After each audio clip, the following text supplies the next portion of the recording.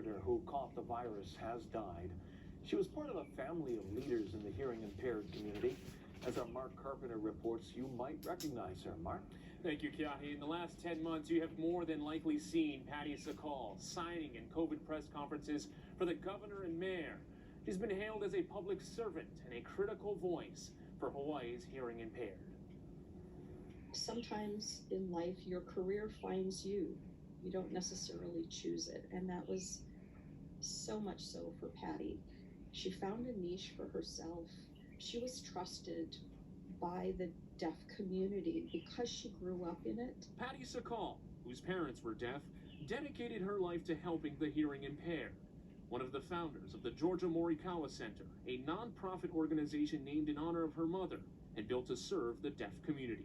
Her work at government coronavirus briefings, her most visible service. Here it was, a pandemic.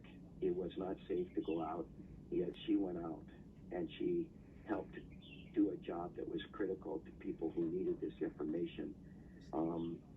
She was truly putting herself on the front line, and I was always amazed by that and by her very positive attitude. She's a very friendly person. Sakal also remembered as passionate, selfless, and instrumental in making sure the deaf were understood and informed.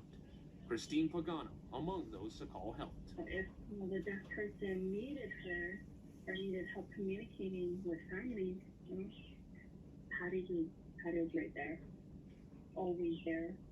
Her heart she was always wanting to give her heart for the community. Sakal was just 62, a mother of 3 and grandmother of 2, and was visiting one of her daughters in California.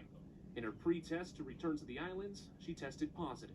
Patty rapidly declined, and the virus just took hold in her body and ravaged it. To the point where she ended up in the emergency room and was battling for every breath before a somber farewell last Friday. We made that difficult decision to take her off of the ventilator and let her go in peace. And the nurses were in there. We were all on Zoom. They were playing her favorite jazz music, and we had a chance to at least, say goodbye in the only way we could at that time.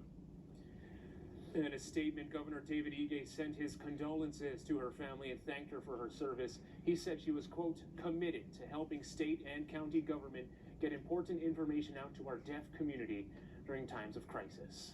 Mark Carpenter, Hawaii News Now.